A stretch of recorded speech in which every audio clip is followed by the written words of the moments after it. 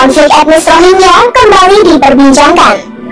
Pasalnya, kapal yang membawa pengungsi Rohingya kembali berlabuh di pantai Aceh. Namun, warga menolak pendaratan kapal tersebut sejak Kamis 16 November 2023. Kedatangan mereka ke tanah air terbilang mendadak sehingga mengejutkan warga.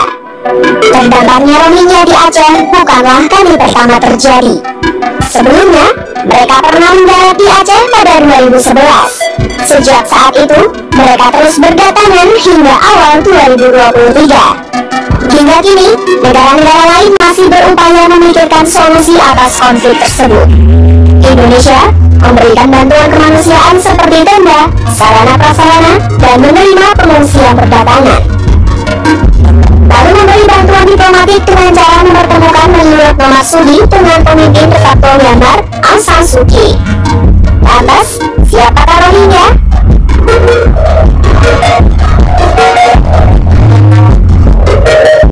Rohingya adalah keturunan pedagang dan tentara Arab, Turki, atau Mongol pada abad ke-15.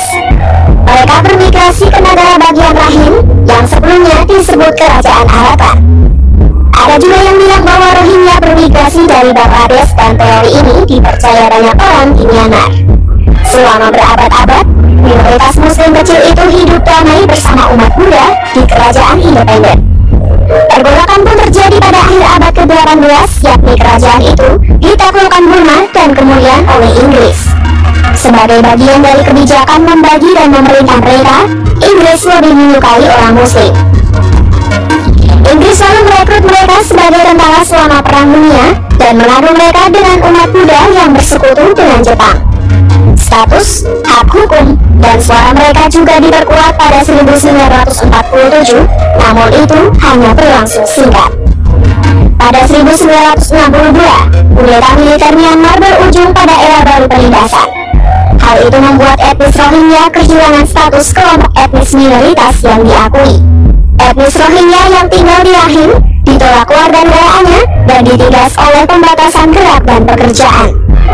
Ratusan ribu etnis Rohingya pun melarikan diri ke Bangladesh pada 1978 dan 1991 hingga 1992. Selain itu, mereka dibenci banyak orang di Myanmar dan disebut sebagai imigran ilegal.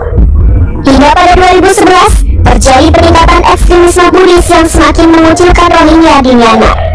Lalu pada 2012, Muslim Rohingya Sunni dan komunitas Buddha lokal berseteru dan menewaskan lebih dari 100 orang. Penganiayaan terhadap etnis Rohingya pun terjadi selama beberapa dekade.